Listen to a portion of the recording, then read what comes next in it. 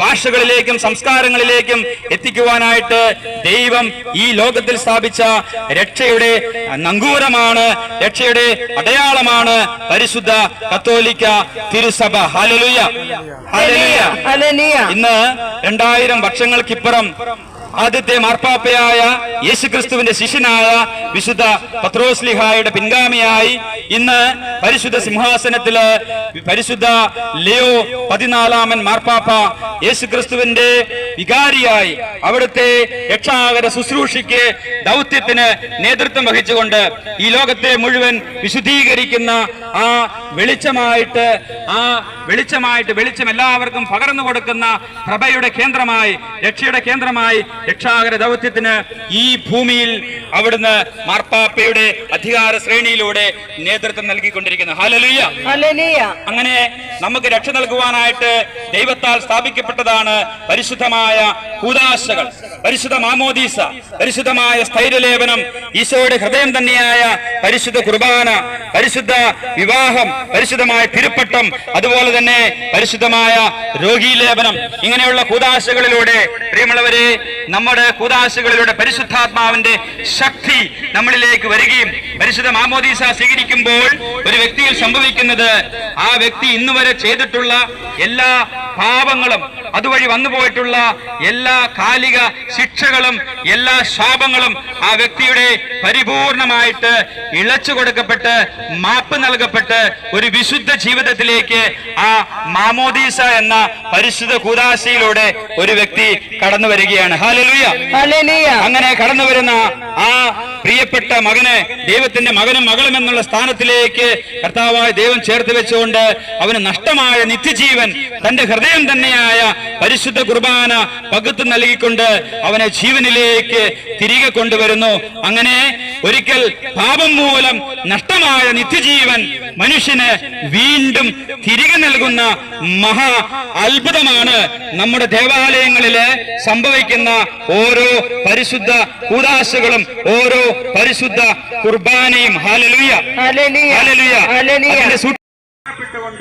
കരുണയിൽ ആഴപ്പെട്ടുകൊണ്ട്, സമാധാനത്തിൽ ആഴപ്പെട്ടുകൊണ്ട് ദൈവവചനത്തിന് അധിഷ്ഠിതമായിട്ട് ഒരു ജീവിതം നയിക്കേണ്ടതിന്റെ ആവശ്യകത ഇന്നുണ്ട്. Hallelujah, hallelujah. എന്തുകൊണ്ടെന്നാൽ യേശുക്രിസ്തുവിന്റെ 2ാമത്തെ ആഗമനത്തില് നമ്മുടെ പ്രവർത്തികൾക്കനുസൃതമായിട്ട് നാം വിധിക്കപ്പെടുമ്പോൾ, പ്രിയമുള്ളവരെ, നന്മ ചെയ്യുന്നവർ നീതിയുടെ നിത്യതയിലേക്ക് അവർ ഉയർപ്പിക്കപ്പെടുകയും, എന്നാൽ അറിഞ്ഞോ അറിയാതെയോ ദൈവവചനത്തെ തിരസ്കരിക്കുകയോ ദൈവവചനത്തിന് വിധേയപ്പെട്ട് ജീവിക്കുവാൻ സാധിക്കാതിരിക്കുകയോ അവിടുത്തെ പ്രമാണങ്ങൾ, 1-ാം പ്രമാണമായ ഏകസത്യ ദൈവത്തെ അറിയാതിരിക്കുകയോ, ദൈവം ഞാനല്ലാതെ മറ്റൊരു ദൈവം നിങ്ങൾക്കുണ്ടാകരുത്, നിങ്ങളുടെ ദൈവമായ കർത്താവ് ഞാനാകുന്നു എന്ന അവിടുത്തെ പ്രമാണത്തിന് വിരുദ്ധമായിട്ട് നമ്മുടെ ജീവിതത്തിൽ സംഭവിക്കുകയോ ചെയ്തിട്ടുണ്ടെങ്കിൽ, പ്രിയമുള്ളവരെ, വചനവിരുദ്ധമായ ജീവിതം അവിടുന്ന് നമ്മുടെ ജീവിതത്തിൽ സംഭവിച്ചിട്ടുണ്ടെങ്കിൽ, പ്രിയമുള്ളവരെ, നമ്മെ കാത്തിരിക്കുന്നത് ഒരു ദുരന്തം തന്നെയായിരിക്കുമെന്നുള്ളത് സംശയമില്ല.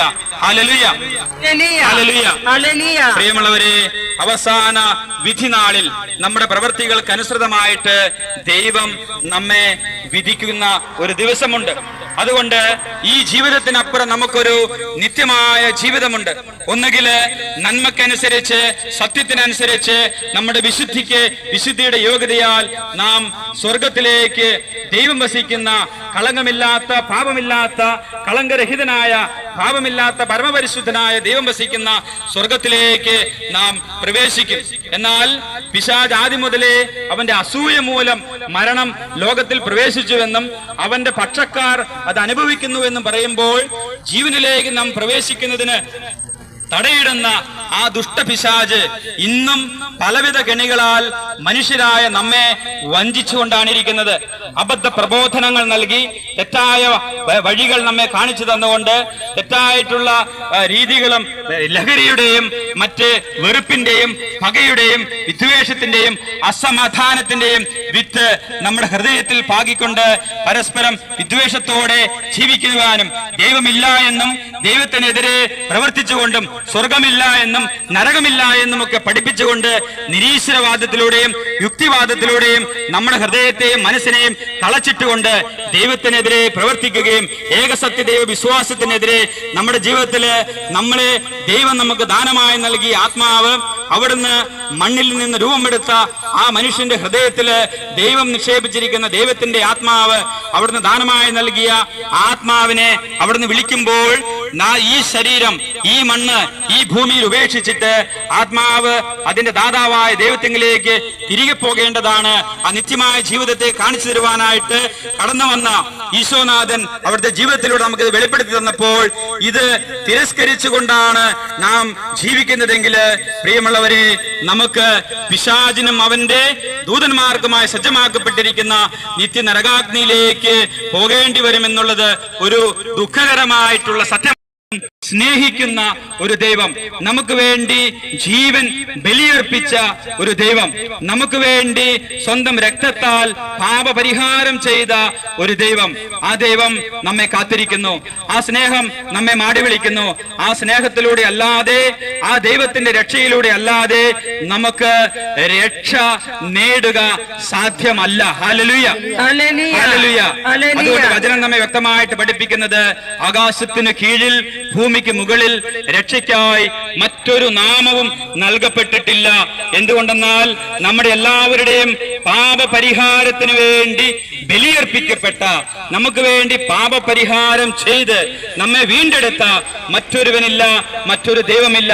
അതുകൊണ്ട് സ്നേഹമുള്ളവരെ, ഏക രക്ഷകനും ലോകരക്ഷകനുമായ യേശുക്രിസ്തു നമ്മെ അവിടുത്തെ സ്നേഹത്തിലേക്ക്, അവിടുത്തെ കരുണയിലേക്ക് മാടി വിളിക്കുകയാണ്. ഇത് കരുണയുടെ അവസാന മണിക്കൂറുകളാണ്.